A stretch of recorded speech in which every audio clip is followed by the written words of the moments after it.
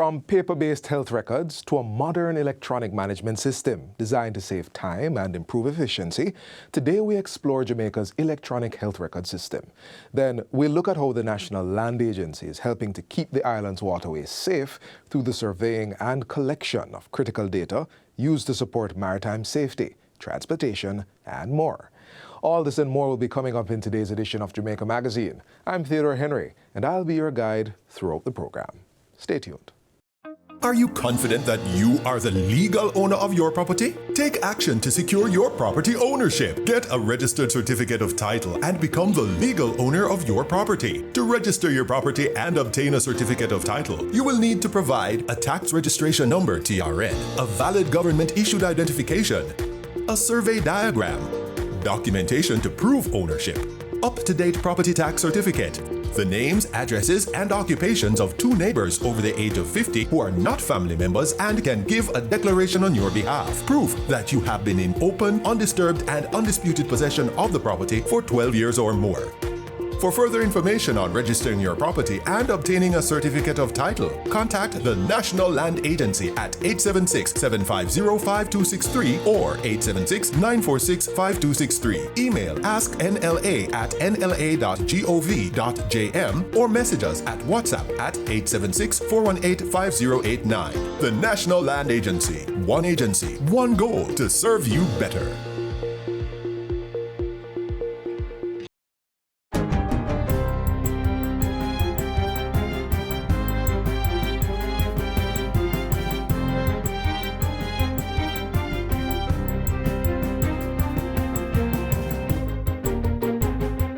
Good day, I'm Lisa Rowe and this is your JIS News for Wednesday, June 3, 2026.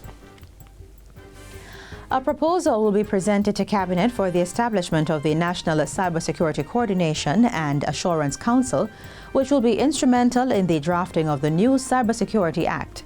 The Council has a 2-year time frame and will be the central coordinating and delivery authority for Jamaica's national cybersecurity posture. This is one of the announcements made by Minister with Responsibility for Science, Technology and Special Projects, Dr. Andrew Wheatley. He was delivering his 2026-2027 sectoral debate presentation on Tuesday. According to Dr. Wheatley, deliverables set out for the Council are that it will provide a uniformed cybersecurity portal, complete the legislative gap assessment, and draft instructions for a new National Cybersecurity Act. It will also coordinate a systematic deployment of backed funding to enforce standardized rules across the public sector. The question is, what will this law do? It will establish the National Cybersecurity Directorate in statute, giving Jamaica's permanent cybersecurity authority a legal foundation that no future change in administration can quietly dismantle. It will create a formal framework for designating and protecting critical information infrastructure. Dr. Wheatley says the new National Cybersecurity Act will also mandate minimum cybersecurity standards across regulated sectors to enforce compliance. And it will create clear obligations for incident reporting, disclosure of vulnerabilities, and the regulation of cybersecurity service providers in Jamaica. Cabinet has approved a 16% fare increase for public passenger vehicle PPV operators, with the adjustment set to take effect in 2 phases beginning this week. The first phase of the increase, which has been pending since 2024, took effect on June 2, with fares rising by 8%. A further 8% increase takes effect on July 1.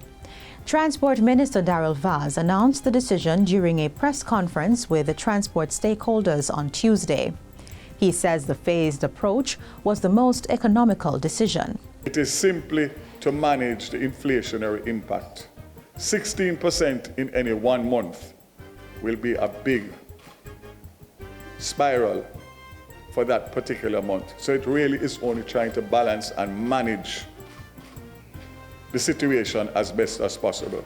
The Transport Authority is reminding operators they are required to charge only the approved fares and warns that any unauthorized increases or overcharging will not be tolerated. The authority says operators who fail to comply with the approved fare structure could face enforcement action, including the suspension or revocation of their road licenses. To support the implementation of the new rates, the Transport Authority will intensify monitoring activities across the island and is encouraging the public to report breaches. Persons may call 876-926-8912 or send messages via WhatsApp at 876-551-8196 or 876-279-8515.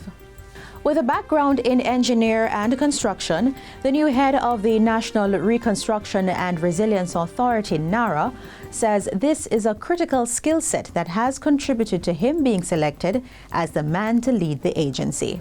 Ambassador, retired Major General Anthony Anderson, shared his thoughts on his appointment during an exclusive interview with the CEO of the JIS, Giovanni Dennis. During the 2000s, for a portion of that, I ran the engineer regiment of the JDF and responded to 2 hurricanes, Gustav and Ivan, as the head of the engineering part of the force. I also worked with, as in that job. As a matter of fact, between small and large projects, I had like 250 of them running at the same time, construction projects of different scales. I worked with NHT on the inner city housing projects, built bases, and did many things like that. So I have a relatively strong background in construction. At the core of NARA is the coordination of post-Hurricane Melissa reconstruction. Ambassador Anderson says as a new agency with a huge task ahead, fast and transparent deliverables will reinforce the necessity of NARA and silence the controversies. You know there's going to be noise. In order to do the job, you have to be able to clear the noise. You have to be laser focused on what you're trying to get done. Because it's always trying to distract you. It's always trying to take you down a rabbit hole to prove this or disprove that. That's not why you're there. You're there to deliver something specific. Whatever the job is, there's a very specific set of things that you're there to deliver. That's what you need to focus on. Looking ahead, CEO Anderson says the immediate task is to tackle low-hanging projects such as shelter for persons who are still without proper housing condition. The early phase of NARA's development is about building structure, strengthening human capital, and establishing the standards that will guide its long-term impact in national reconstruction and resilience efforts.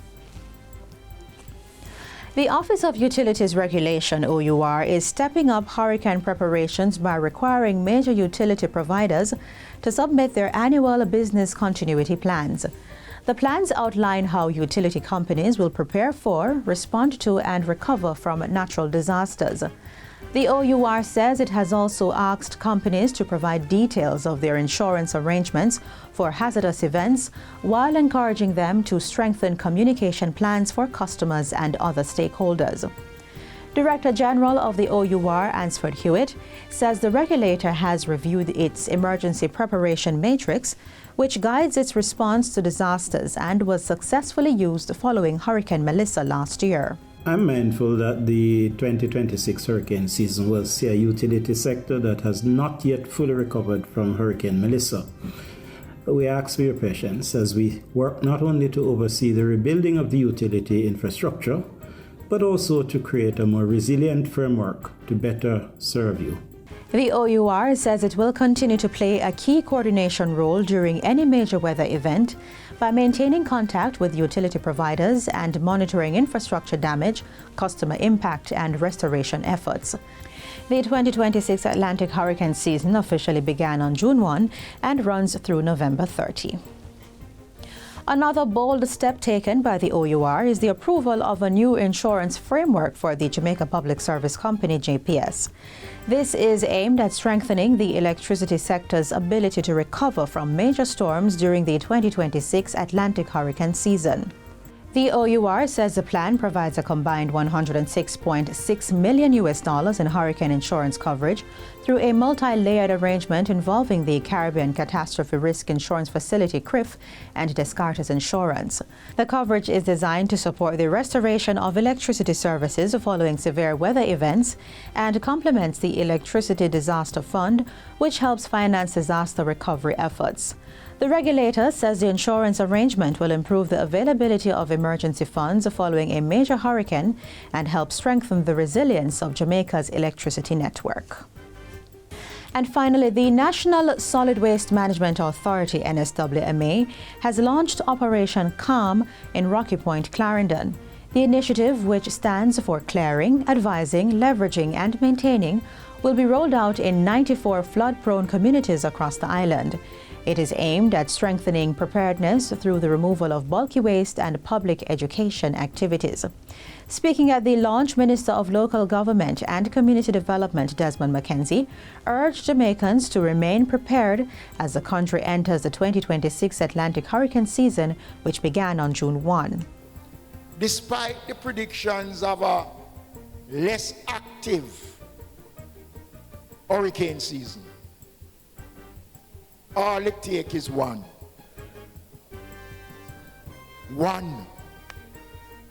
And everything turn upside down. So, today as we prepare ourselves, let us do so without fear. The government is putting in place a structured, organized mitigation system to help you. The minister also pointed to the importance of community involvement. And that's it for JIS News Today. I'm Lisa Rowe. Thanks for watching.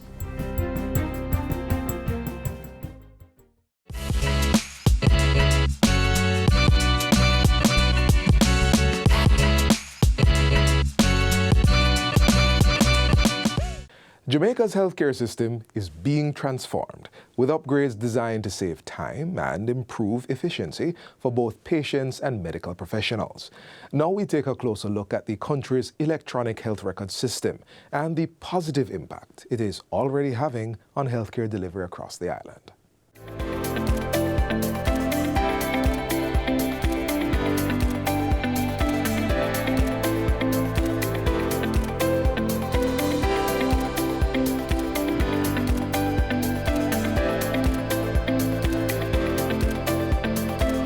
The digital transformation of Jamaica's public health sector is progressing, and a key component is the implementation of an electronic health record EHR system. Electronic Health Record System, System 1, or SI for short.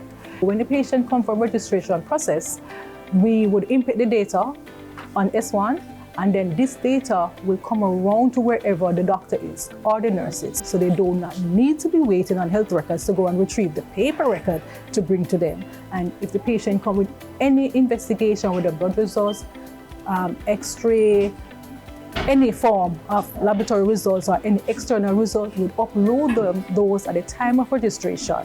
So when they come to the doctor and the nurse, the information is readily available. Doctors will be able to see diagnostic scans on their computers and tablets remotely. Right, and it also allows multiple persons to be retrieving the data simultaneously, or we can do data entry simultaneously. You can actually measure time from arrival to time of triage, and thereafter every interaction with every member of staff is actually timed. So it is good for tracking, whereas the previous system, if the doctor or the nurse never actually wrote the time that they were seeing, it doesn't get tracked as easily. It's a shift from paper-based health records management that is allowing improved patient care coordination, enhanced data accuracy, and better decision-making by medical personnel. The names come up on the system, and as they are seen, there's a color change, so you know which one is seen by the nurse, which one is already seen by the doctor, which one is discharged. So each one of those, if there's no color change, you know that person has not yet been seen. So in terms of efficiency, that's excellent. The EHR is being implemented by the Ministry of Health as part of the Health Systems Strengthening Project, valued at over $5 million. The EHR allows for not just patient registration, but also appointment scheduling and patient assignment in the triage process. I know that for the outpatients department, definitely throughput is much faster, and the chance of people getting missed or neglected in the clinic is almost nil now. The system, which is intended to go island-wide, is being initially rolled out in 13 health facilities over an 18-month period. Maypen Hospital was the first to operationalize the electronic health record system. The reason why we were the first, I think, is because we were the most ready to receive and accept such a new system. The first phase rollout will also include the Chapelton, Spanish Town and St. Anne's Bay hospitals, as well as the Maypen West, Maypen East and St. Jago health centers. A patient arrived in the accident and emergency department and wasn't able to give adequate information. This patient was just being treated next door by the St. Jago Park Health Center, and we were able to pull up that information and to continue care. And so we are at a good place in public health. We are exciting, and I'm sure that the patient will get timely medical care.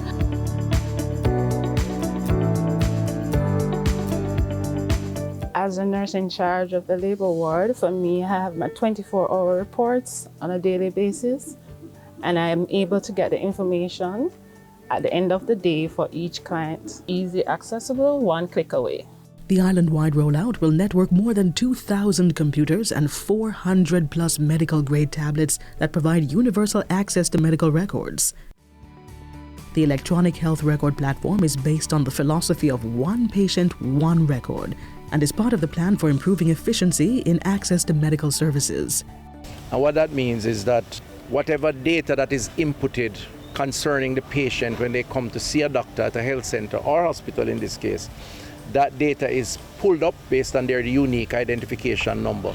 And you immediately know the history of the patient and therefore all the factors that may influence a treatment regime in a much quicker way. With EHR, there is no challenge with locating your health records, and so care is timely and on point.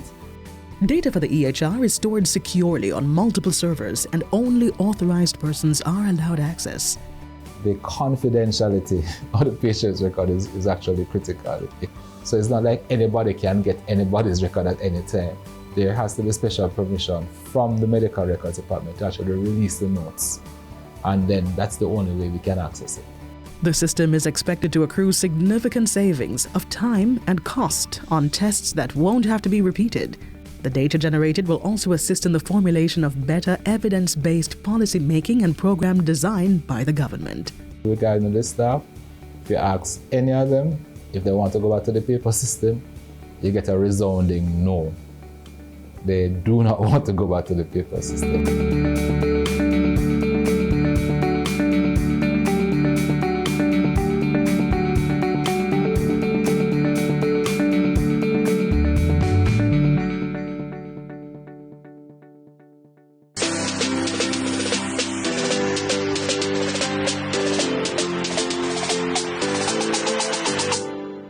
From sunrise on the beach to sunsets in the hills, Jamaica is more than a place. It's a vibe. It's the rhythm in our music, the flavor in our food, and the pride in our people. It's how we celebrate life. Bold, proud, and full of energy. From yard to abroad, once you feel it, you know Jamaica is a vibe. Let's keep it positive. Let's keep it proud. Let's keep it Jamaican, because Jamaica is a vibe.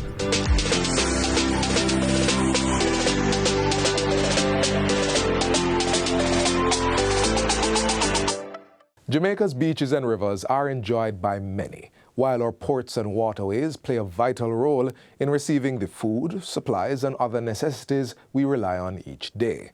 Now, we take a closer look at hydrography in Jamaica and the important role it plays in keeping our waterways safe and supporting maritime activity across the island.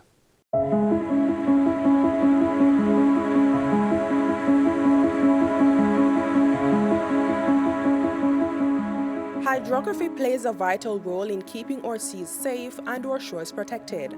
It's a science beneath the surface, but its impact is felt all around us.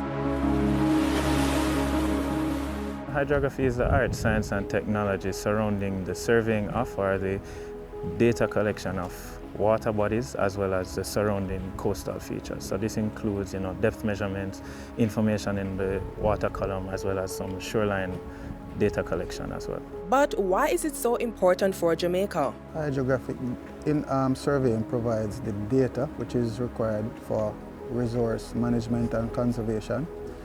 It supports safety in seafaring and efficiency in transportation using the modality of the sea. It provides the information required to develop our coastal infrastructure, and it helps us in the delimitation of our territorial boundary, which is critical to our resource management and conservation. Thinking about the fact that 90% of global trade happens via the sea, it's very important that we have our charts up to date with accurate depths and representation of different features that may exist on the seafloor, so that mariners who are entering our ports are entering so in the safest manner possible. From disaster preparedness to trade protection, hydrography plays a key role in national development and regional resilience. So our typical day starts early so that we can maximize the usage of the waters. When it's late and more windy, we have more undulating waves. Thereafter, we would have to check the tide gauge if it's still collecting data. We would do the RTK setup for the base and rover for position collection. We would start the boat and ensure that we have all powers ready for collecting sonar data. The multi-beam echo sounder system, it creates a map. It helps to create a map of the seafloor by sending sound beams down to the seafloor and back up to the multi-beam echo sounder, which is in turn translated onto our acquisition laptop, which we interpret to process that data. The multi-beam echo sounder, it determines depth and also features such as navigational hazards, such as rocks, silt, sand, shipwrecks. Once the seafloor is mapped, that data is turned into nautical charts, guides that are essential to safe and efficient marine travel. So we use industry-grade hydrographic surveying softwares such as WatchJIS Pro and CARIS, and collecting all of that data, I'd use the various softwares to then compile each data set to then create the chart. It's a very strict way in which we go about doing charting, because when you think about navigating on water, it's not that you're going to see a pothole just in front of you. The sea might look calm and there's a rock under there, there may be another wreck under there. So we have to make sure that when we are putting the chart together, we're detailed and ensuring that safety comes first, and that the person who's going to sit down and actually read this chart understands. After the Hurricane Beryl, a vessel was going over to CMU, and it sank in the harbor. We were called upon, we responded within a 12-hour period. We found the sunken vessel within 3 hours, and we notified all the mariners coming into the harbor. That posed a risk to the ships coming in, because there has never been a maritime accident in Jamaica. That's because of outdated data. The climate change, as you know, is an emergency for us. We are expanding our capacity by constantly training officers, constantly acquiring new equipment. So we want to broaden that reach of sustainable technology, which is going to be medicated by hydrographic data. We want to set up this type of data can influence the implementation of early warning systems, etc. And our ambition is to firstly map our territorial waters to influence climate action in our region. From high-tech sonar to hand-drawn charts, hydrography isn't just about maps. It's about safety, science, and national progress.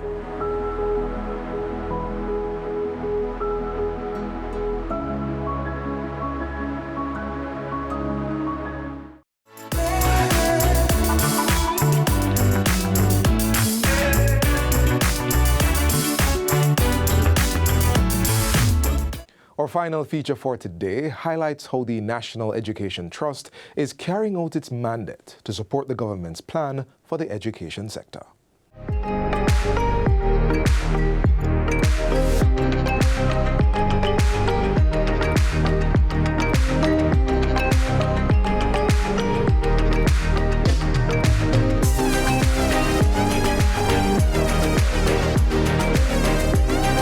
In classrooms across Jamaica, the National Education Trust, NET, is transforming lives, ensuring that every child has the opportunity to thrive. But what exactly is NET, and how does it support the future of our children?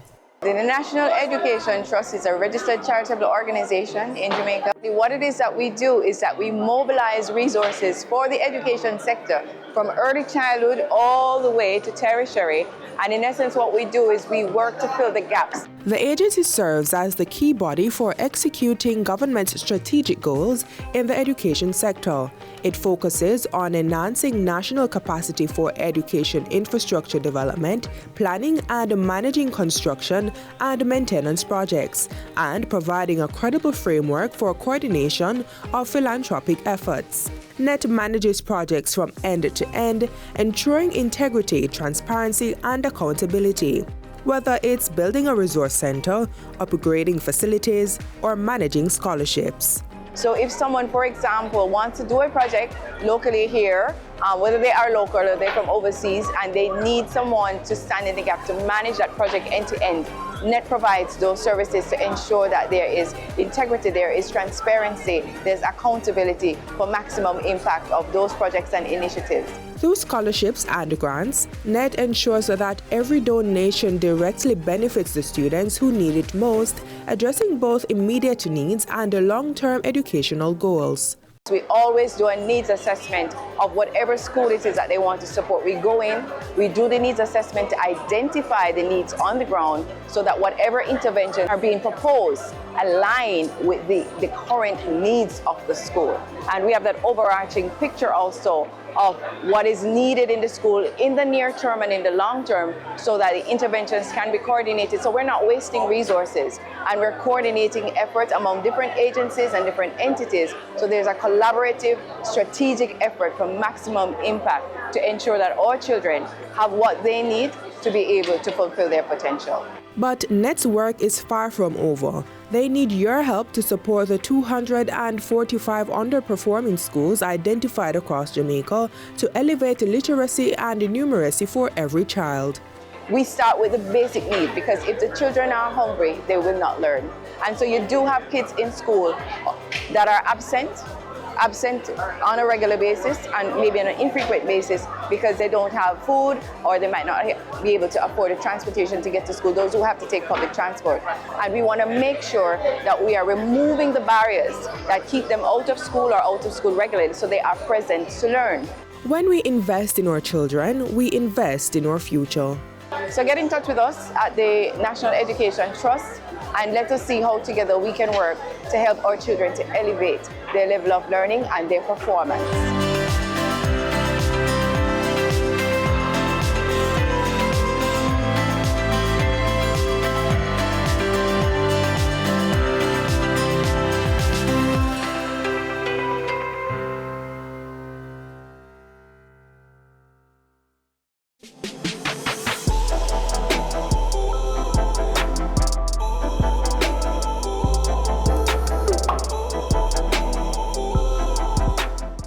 Thanks for tuning in to Jamaica Magazine. Join us again tomorrow for another lineup geared towards providing you with information on the government's policies and initiatives for building a better Jamaica. You may visit our website, jis.gov.jm, to rewatch this show or to catch up on the others we have on the site. I'm Theodore Henry, thanking you for watching on behalf of our production team here at the JIS.